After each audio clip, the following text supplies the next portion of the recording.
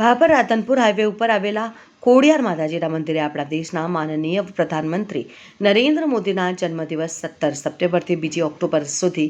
ગાંધી જયંતિ સુધી વિવિધ જનજન સેવા કાર્ય થકી સેવા પખવાડિયા તરીકે કાર્યક્રમોનું આયોજન ભારતીય જનતા પાર્ટી દ્વારા કરવામાં આવ્યું હતું, જે અંતર્ગત આજે ભાભર રાધનપુર હાઈવે ઉપર આવેલ ખોડિયાર માતાજી મંદિર ખાતે રક્તદાન કેમ્પ યોજાયો હતો, જેમાં વાવ ધારાસભ્ય સ્વરૂપજી ઠાકુર સહિત ભાજપના કાર્યકરો મોટી સંખ્યામાં જોડાયા હતા અને ભાભર તેમજ તાલુકામાંથી લોકોએ આવીને મોટી સંખ્યામાં રક્તદાન કર્યું હતું, જેમાં ધારાસભ્ય સ્વરૂપજી ઠાકુરે જણાવ્યું કે ભારતીય જનતા પાર્ટી દ્વારા આવતા દિવસોમાં પણ અલગ અલગ જગ્યાએ વડાપ્રધાન શ્રી નરેન્દ્રભાઈ મોદીના જન્મદિવસ નિમિત્તે રક્તદાન તેમજ અન્ય કાર્યક્રમો કરવામાં આવશે, જેમાં આજના રક્તદાન કેમ્પમાં મોટી સંખ્યામાં ભારતીય જનતા પાર્ટીના કાર્યકરો અને હોદ્દેદારો ઉપસ્થિત રહ્યા હતા। આજે